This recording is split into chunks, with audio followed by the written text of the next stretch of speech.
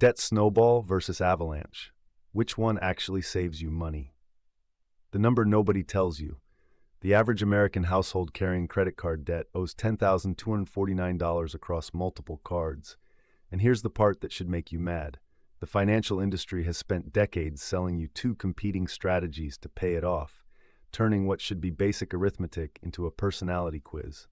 Snowball or Avalanche? Dave Ramsey or the math nerds? Pick your fighter. But nobody actually runs the numbers for real people with real balances. They just yell their opinion louder. So today we're going to do something radical. We're going to do the math. We're going to talk about what the research actually says. And then I'm going to tell you which one I think wins, and it's probably not the answer you expect.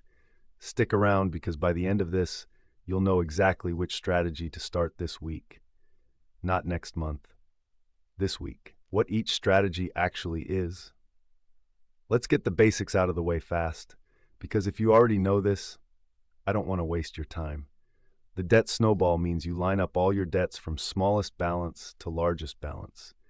You pay minimums on everything except the smallest one. You throw every extra dollar at that smallest debt until it's dead. Then you roll that payment into the next smallest. You ignore interest rates completely.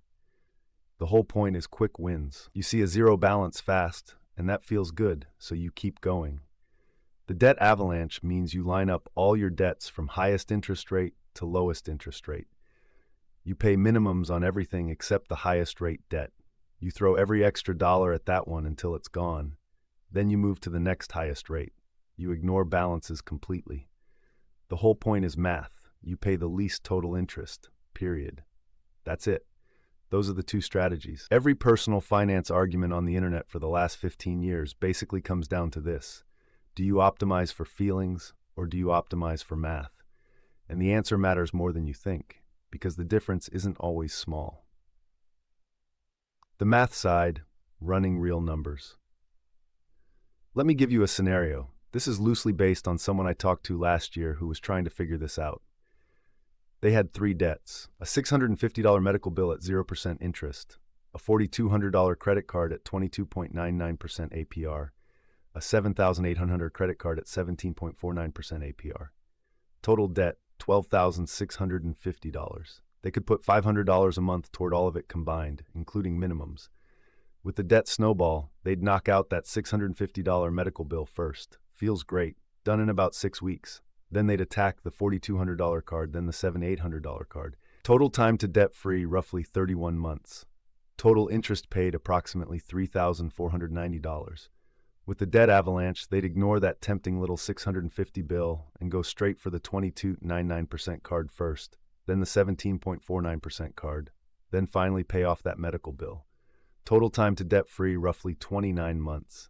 Total interest paid, approximately $3,070. So the avalanche saves about $420 and gets them out 2 months earlier. That's real money. That's a car repair. That's a month of groceries for some people. Now multiply that across bigger debts. If you're carrying $30,000 or $50,000, the difference can be $1,500 or more. The math always favors the avalanche. Always. There is no scenario where the snowball costs you less in interest. That's just how numbers work. So case closed, right? Avalanche wins? Not so fast. The psychology side, what the research says. Here's where it gets interesting, and here's where I have to be honest about something I got wrong for a long time. I used to be an avalanche purist. I'd look at someone choosing the snowball and think, just do the math. It's not complicated. Pay the high-interest debt first. Why would you voluntarily pay more money to the banks? Then I watched people quit, over and over. I've seen this happen so many times, it's almost a pattern you can set your watch to. Someone sets up the avalanche. Their highest rate debt is also their biggest balance, which is extremely common, by the way, because banks give you higher limits on higher rate cards. So they're staring at a $9,000 balance, throwing $300 a month at it after minimums, watching it drop to $8,700, then $8,400. And after 3 months of sacrifice, they've barely made a visible dent. By month 4, they're demoralized. By month 5, they order DoorDash 3 times in a week because what's the point? By month 6, they've stopped tracking altogether. This isn't a character flaw. This is how human brains work. A 2016 study published in the Harvard Business Review looked at nearly 6,000 people paying off debt. The researchers found that people who focused on paying off small balances first, the snowball, were more likely to eliminate their total debt. Not because of math, because they didn't quit.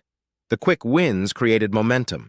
Seeing that first account hit zero gave them proof that the system was working. Another study from the Kellogg School of Management found similar results. The strongest predictor of whether someone would actually pay off all their debt wasn't the interest rate strategy. It was whether they experienced early wins. So here's the uncomfortable truth. The mathematically optimal strategy is only optimal if you actually do it. A perfect plan you abandon in month 4 loses to an imperfect plan you stick with for 31 months. So which one actually wins? I'm going to give you a real answer, not a cop-out. If you are the kind of person who tracks spreadsheets, who gets satisfaction from watching interest calculations, who has never rage quit a budget, do the Avalanche. You will save real money. You are wired for it. Go be great.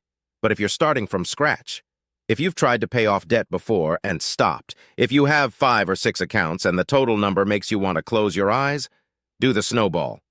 I'm serious. The extra interest you pay is the cost of actually finishing. Think of it like paying for a gym membership versus working out at home. Sure, the home workout is free. But if the gym is the only place you actually show up, then the membership is worth it. And here's the thing.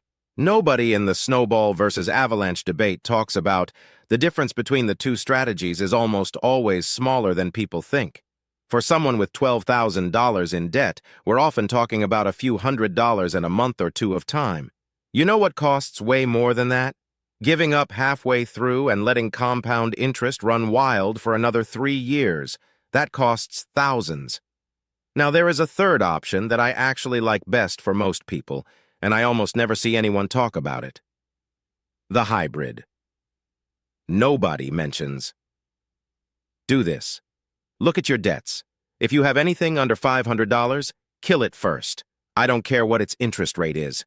Get it to zero. Get that account closed or zeroed out. Enjoy the win. That might take you 2 weeks or a month. Then, once the tiny ones are gone and you've got some momentum, switch to the avalanche for everything that's left. You get the psychological boost of early wins, and you optimize the math on the big balances where interest actually stacks up. I call this the clear the deck method, though I'm sure someone with a podcast has a catchier name for it. The point is, you don't have to pick one religion. You can use the snowball to get started and the avalanche to finish strong. The person I mentioned earlier with the $12,650 in debt, that's basically what they did. They wiped out the $650 medical bill in 5 weeks, felt like a human being again, then went straight for the 22.99% card. They were completely debt-free in 30 months and paid about $3,150 in interest. Not quite as good as pure Avalanche, but $340 better than pure Snowball. And more importantly, they actually finished. That's the part that matters. Finishing. Your move this week.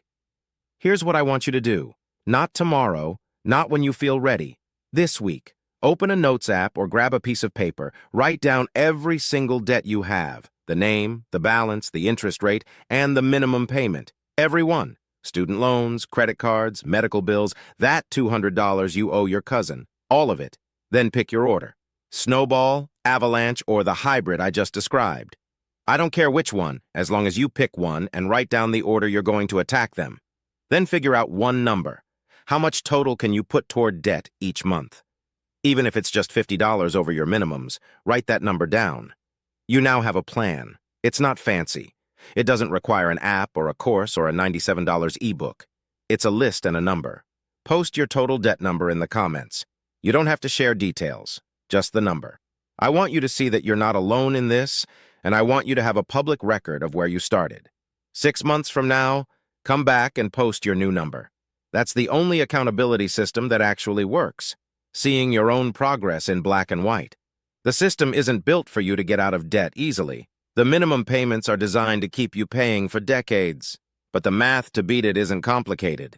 The only hard part is not stopping,